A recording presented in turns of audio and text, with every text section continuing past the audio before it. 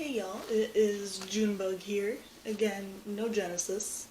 He is again at work. He works every day, as a normal person does. Well, I watched the last video I make, the Massacre, Knock Brown School Massacre, and I realized that was a horrible video. Horrible, horrible. I jumped around, the music just appeared when it felt like it, when I tried to incorporate it. You could barely hear me, and the microphone was like a couple inches from me. I got scared when the sign fell. It was not a good video. So for this video, I want to redeem myself.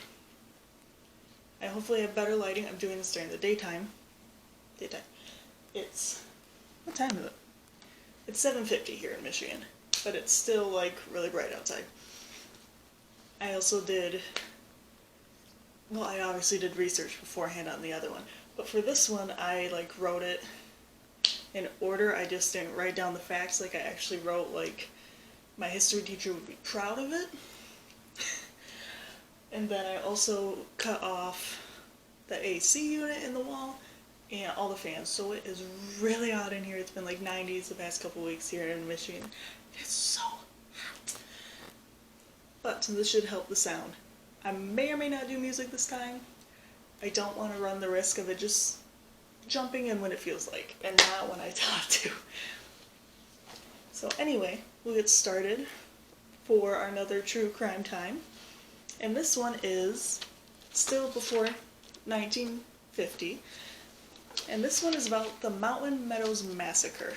Now I hadn't heard of this until I read about it myself, just as with the last massacre. And neither had Genesis. So let's get started. So Meadows Massacre took place, this is going to seem crazy, September 11th. So another 9/11 attack.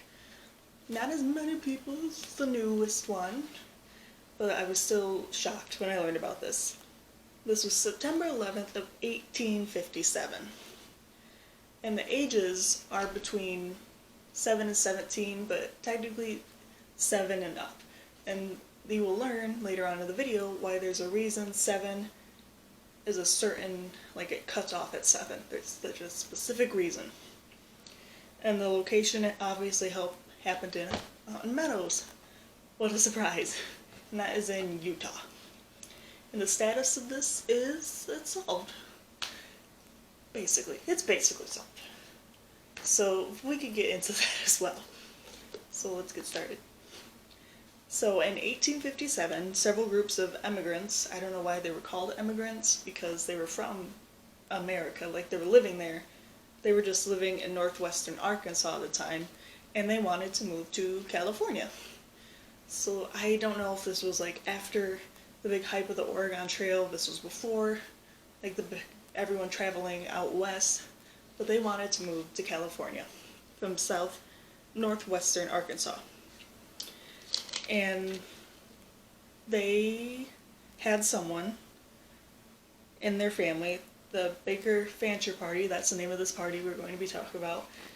The head guy of the Fancher side, Alexander Fancher, I believe, he had actually made the trip twice before from Arkansas to California. So he knew what he was doing. He's like, let's go, let's make it permanent.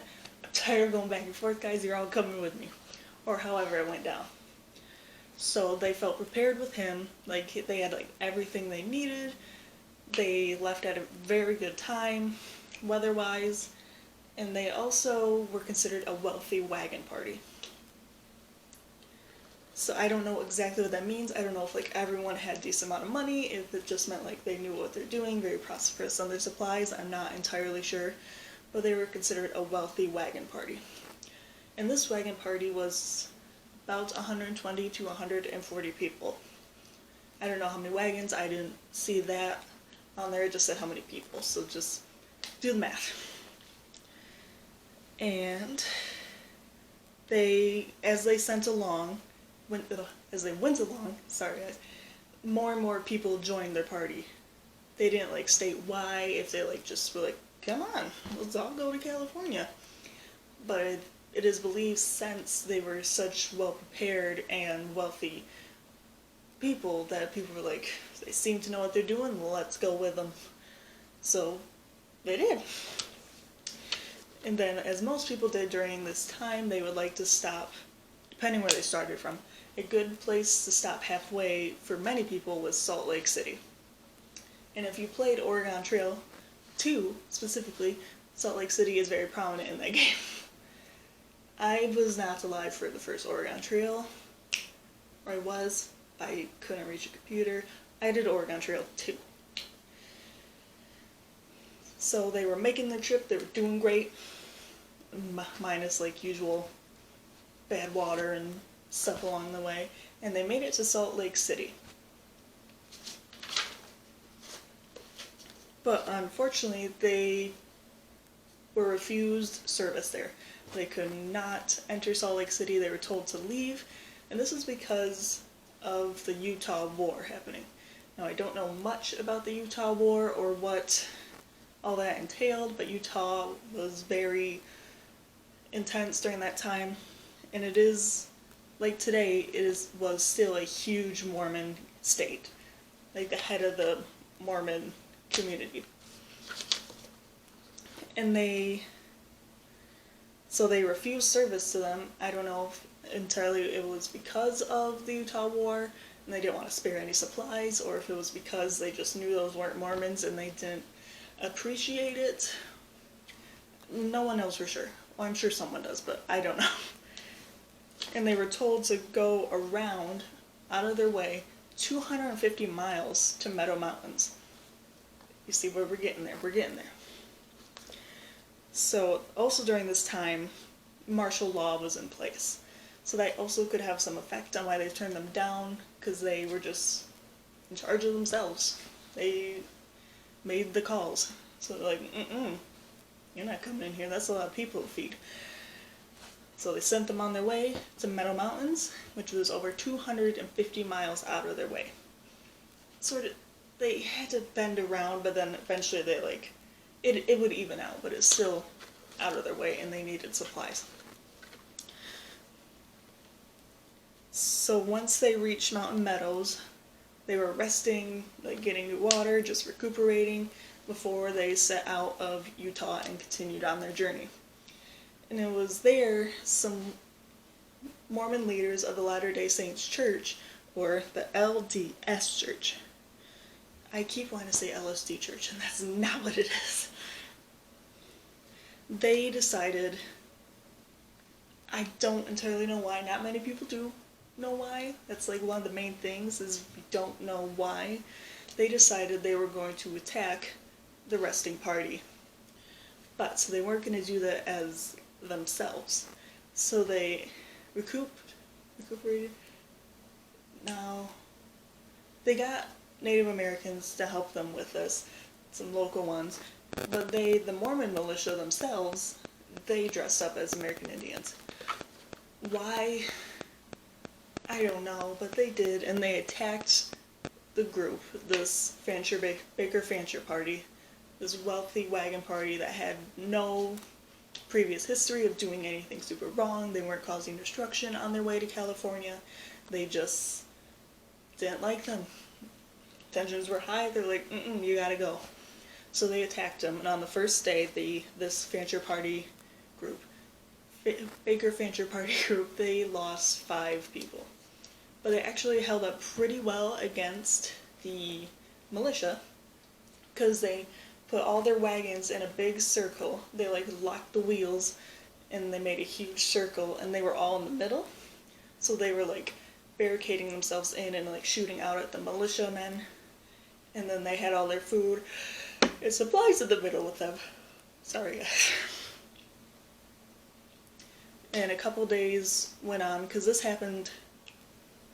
Was this September 7th? This was September 7th. Because this happened between September 7th and September 11th. And so they slowly deteriorated in health a little bit in the next couple of days, because they had used up so much of their ammunition they couldn't go hunt, because they were basically stuck in their little wagon wheel thing they built around themselves. And they were running out of food and water, because they already missed their pit stop 250 miles back when they were refused so they already were low on supplies, and they just wanted to get out of Utah and go to California. That's all they wanted. But then, towards the end of that little span of time, it must have been September 10th, they realized, I don't know how they realized this or why it mattered.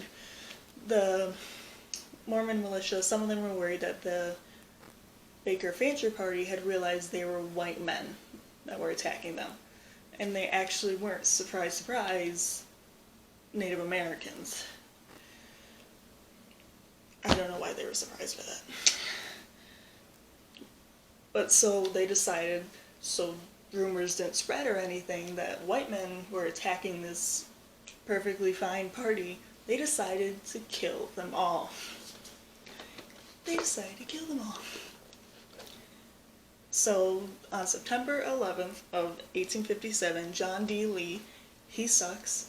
There's a bunch of other names listed, but he's like the most prominent one when it comes to this case.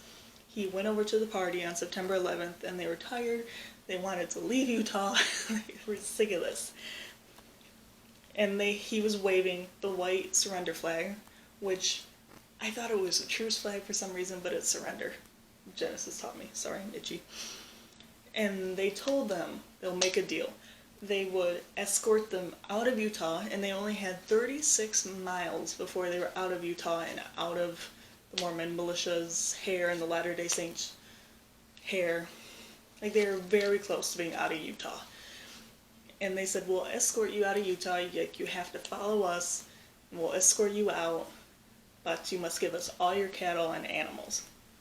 Which I don't know how they were going to travel without them, if they were going to let them keep like the bare minimum, or if they're going to make them push their wagons.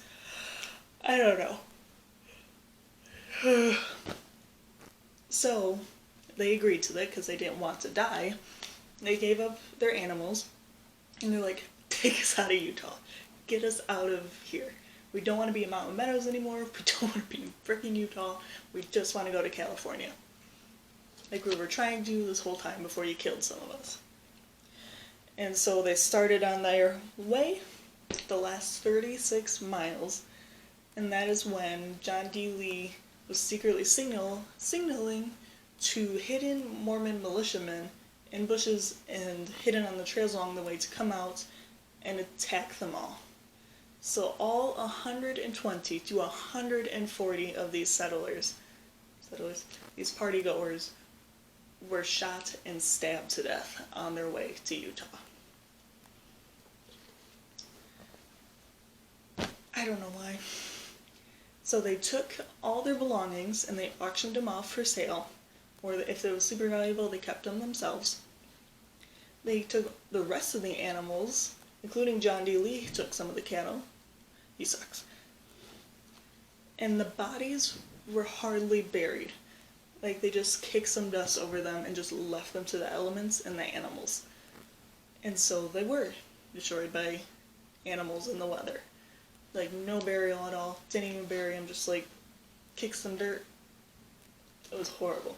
And also, why I mentioned the victims were 7 and up is because all children, there were 17 of them, who were 7 and younger, or 6 and younger.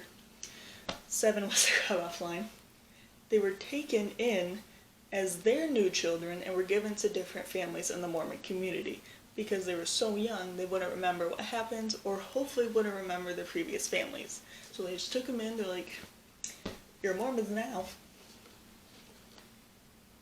And unfortunately, this obviously is terrible, but they got a letter 2 days later from the leader of Utah, the mayor of Utah, I'm not sure what it was called when they were like head of the state back then, Brigham Young, because they had sent him a letter asking what do we do with this party, which I don't know why they had to ask, just let him go through, but they had asked him what should we do, and they got a letter back from him saying, leave the party alone, let them go in peace. 2 days too late. And that is when John D. Lee and many of the others went into hiding. Because they did the wrong thing. I don't know why they wanted to kill them. I don't get it. So basically the aftermath of this, because it took a long time to get this trial up and going because the Civil War kept stalling it a few years afterward.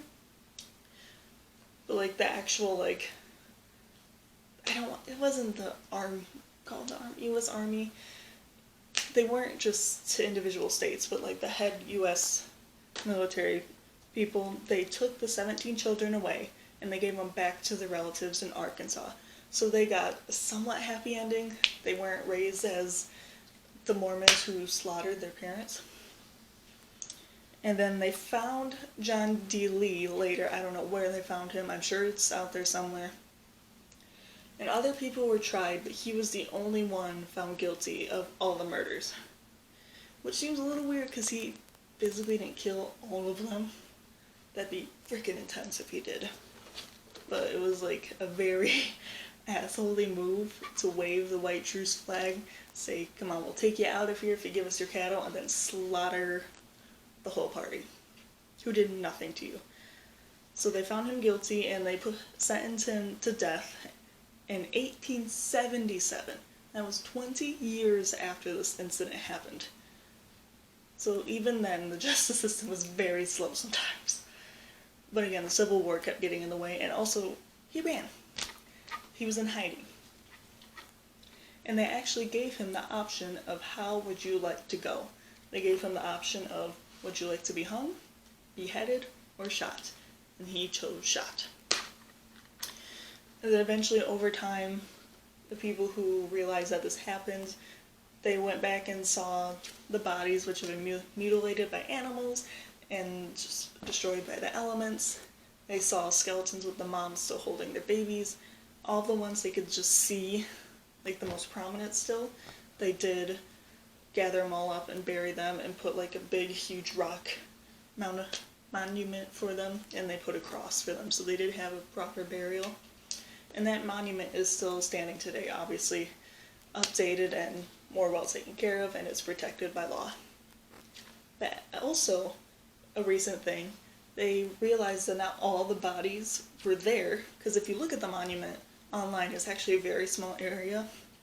They found a lot of the rest of them on someone's like farm, like a mile away. And so they're in negotiations with him to like protect that land as well. So that's going on, so everyone can be buried together. And so this is solved. They know who the people were. Like, I don't know all the 120 people's names. They know who did it. But the biggest thing is why they did it. There's not a for sure answer of why they just killed the whole Baker Fancher party. These people weren't wreaking havoc wherever they went. They just wanted to go to California. So the best reasons they can think of is, one is war hysteria, because they were in martial law. They just really took it to heart. And then also the Mormon trainings back then. They're very untrusting of anyone who wasn't Mormon, especially during this time when Utah was basically all Mormon. And they just didn't like what was happening.